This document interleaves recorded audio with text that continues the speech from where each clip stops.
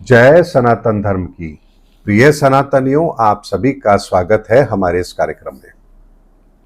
सनातनियों, इतिहास के अंदर ऐसी बहुत सी घटनाएं हैं जिनको यदि हम आज भी सुनते हैं तो हमारे रोंगटे खड़े हो जाते हैं। शिवाजी महाराज हो, संभाजी महाराज हो, पन्ना धाय हो, महाराणा प्रताप हो, रतन सिंह हो, पद्मनी हो, ये वो उदाहरण हैं जिन्होंने इतिहास के अंदर अपने बलिदान के द्वारा वो चरित्र पेश किया है, वो चरित्र प्रस्तुत किया है जिसकी कोई दूसरी मिसाल मिलती ही नहीं है। तो क्या इनका बलिदान व्यर्थ जाएगा? क्या औरंगजेब ने जो जुल्म शिवाजी के बेटे संभाजी महाराज के साथ किया, आपने छावा फिल्म भी देखी होगी, क्या वो व्यर्थ जाएगा? जिस तरह से गर्म सलाखें उनके आंखों में डाली गई, चमड़ी उधेड़ दी गई, जीभ काट दी गई, क्या इतना बड़ा कृत्य करने के बाद भी वो ईश्वर यदि कोई प्रतिशोध नहीं ले रहा तो हमारे मन में एक प्रश्न आता है, अरे फिर ईश्वर कर क्या रहा है? अरे इतनी यातनाएं सहने के बाद भी अगर किसी को न्याय नहीं मिला तो फिर इन सब चीजों का मतलब क्या? तो सनातनियों, आज एक रहस्य मैं आप लोगों के सामने रखता हूं, बड़े ध्यान से समझिए। इस आत्मा की यात्रा इस शरीर से पहले भी होती है और इस शरीर के बाद भी होती है। लेकिन जैसे एक हथियार बनाने के लिए पहले लोहे को भट्टी में डाला जाता है, भट्टी में जब लोहे को डाला जाता है तो लोहा गर्म होता है, लोहे के गर्म होने के बाद उस पर हथौड़े मारे जाते हैं और हथौड़े मारने के पश्चात उस लोहे को एक आकार दिया जाता है। आकार मिलने के बाद वो लोहा अब एक ऐसा शस्त्र बनता है जिस शस्त्र से भविष्य के अंदर बहुत बड़े कार्य होने होते हैं। ठीक इसी तरह से ईश्वर भी इस धरती पर वही प्रक्रिया अपनाता है, एक ऐसी जीवात्मा को इस धरा पर भेजता है जो जीवात्मा अपने आप में संपूर्ण है। वो जीवात्मा यहां संसार में आकर मनुष्य के शरीर में ही आकर कर्म करती है, लेकिन उसका आत्मिक बल इतना मजबूत होता है कि संसार में उसका कोई दूसरा उदाहरण देखने को मिलता ही नहीं है। ऐसे में संभाजी महाराज हो, शिवाजी महाराज हो, रानी पद्मनी हो, पन्ना धाय हो, ये जितने भी लोग हैं, ये वो पवित्र आत्माएं हैं जिनको ईश्वर ने इस धरा पर भेजा ही उस शस्त्र के निर्माण के लिए था जिसका प्रयोग भविष्य में होगा। ऐसे में ये आत्माएं इस धरा पर आती हैं, ईश्वर इन्हें उसी आग में तपाने का काम करते हैं। यानी इस संसार में उस समय पर ऐसी परिस्थितियां होती हैं जो एक लोहे के आग में प्रवेश करने के समान होती हैं और उस अग्नि में लोहा जैसे तपकर लाल हो जाता है। ये आत्माएं भी इन वर्तमान परिस्थितियों के अंदर अपने आप को इतनी मजबूती के साथ खड़ा करती हैं कि तमाम कोशिशों के बाद भी कोई इनका कुछ बिगाड़ नहीं सकता, इनके मनोबल को कोई तोड़ नहीं सकता। और ईश्वर की ये प्रक्रिया इन्हें वो रूप प्रदान करती है जिस रूप की आवश्यकता भविष्य में होगी।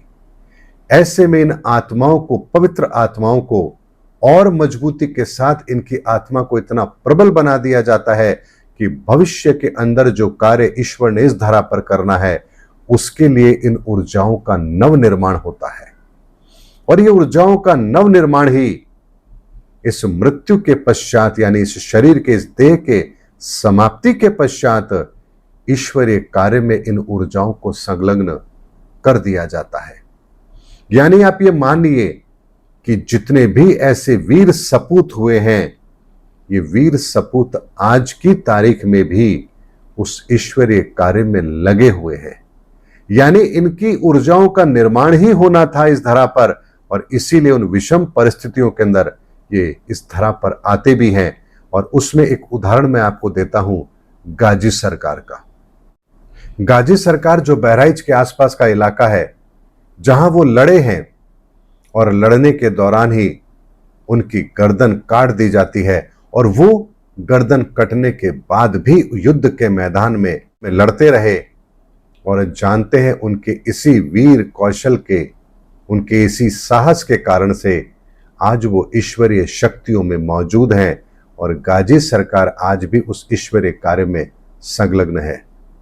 इसीलिए सनातनियों, एक बात को समझ लीजिए, यदि आप कोई भी कर्म ऐसा कर रहे हैं जो समाज के लिए है, देश के लिए है, दुनिया के लिए है, धर्म के लिए है, आध्यात्म के लिए है, और वो कार्य कहीं ना कहीं ईश्वर की इस व्यवस्था को बेहतर बना रहा है, तो आपका चयन समझ लीजिए उस ईश्वरीय व्यवस्था में हो चुका है।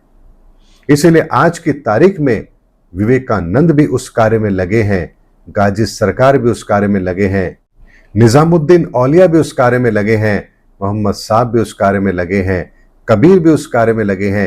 ये वो दिव्य शक्तियां हैं जो उस कार्य में लगी हैं। और सबसे बड़ा रहस्य यही है कि जब कल्कि का उदय होगा तो ये सारी की सारी शक्तियां उनका साथ देंगी और इस धरा पर उस सत्य को स्थापित करने में उनकी मदद करेगी। इसीलिए वो मैकेनिज्म है जिस मैकेनिज्म को आप समझ ही नहीं पाओगे। और क्यों नहीं समझ पाओगे?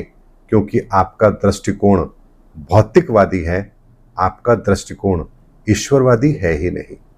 अगर ईश्वरवादी दृष्टिकोण है तो फिर आप हर उस चीज को समझ जाओगे जो ईश्वर आपको समझाना चाहते हैं। इसीलिए कोई भी बलिदान व्यर्थ जाता ही नहीं है।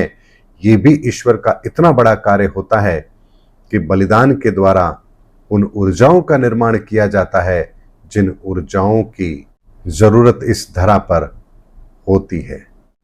इसीलिए सनातनियों, आप लोगों ने बहुत सारे ऐसे धार्मिक शास्त्र ग्रंथों के अंदर दृष्टांत सुने होंगे जहां किसी न किसी ऊर्जा के निर्माण के लिए कोई न कोई प्रक्रिया का निर्माण जरूर किया गया।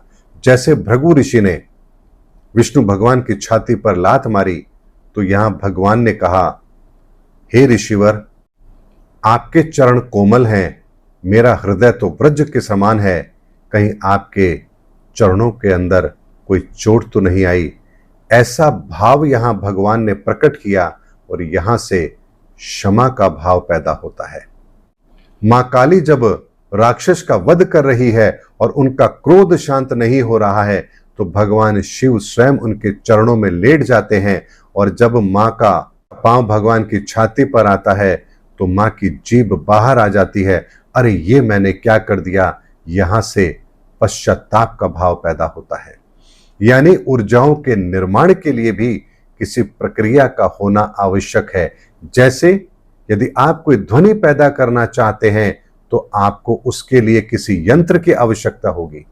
आप घंटी इसीलिए बजाते हैं ताकि एक ऐसी वाइब्रेशन पैदा कर सके जो ब्रह्मांड के अंदर उसी तरह की तरंगों को उत्पन्न कर सके। ठीक इसी तरह संसार के अंदर प्रत्येक भाव की उत्पत्ति के लिए भी ईश्वर ने इस धरा पर कोई ना कोई लीला जरूर की है, और उस लीला का प्रयोजन ये होता है ताकि इस धरा पर उस तरह की ऊर्जा को पैदा किया जा सके। और जो ऊर्जा इस संसार में पैदा होती है वो आने वाले समय के अंदर उस ऊर्जा के बेहतर तालमेल को दुनिया के लिए स्थापित करने के लिए होती है, ताकि उस ऊर्जा का प्रयोग हम जनमानस बेहतर तरीके से कर सकें और हमारे लिए ये संसार और बेहतर हो सके। इसीलिए सनातनियों, कल्कि का भी जो कार्य होगा वो इस संसार में उन ऊर्जाओं का निर्माण करना होगा जो धर्म युग के लिए आवश्यक होंगी, और इसके लिए वो अपने चरित्र के द्वारा एक एक कर्म करके उन ऊर्जाओं का निर्माण करेंगे, जो निर्माण आने वाले समय के अंदर धर्म युग के लिए आवश्यक है। इसीलिए सनातनियों, आप कल्कि को केवल और केवल उनके चरित्र से ही समझ पाएंगे, उनके शब्दों से, उनके शब्दों के रहस्यों से समझ पाएंगे। इसके अलावा कोई दूसरा पैरामीटर आप लगाएंगे तो आप कभी कल्कि को समझ भी नहीं पाएंगे।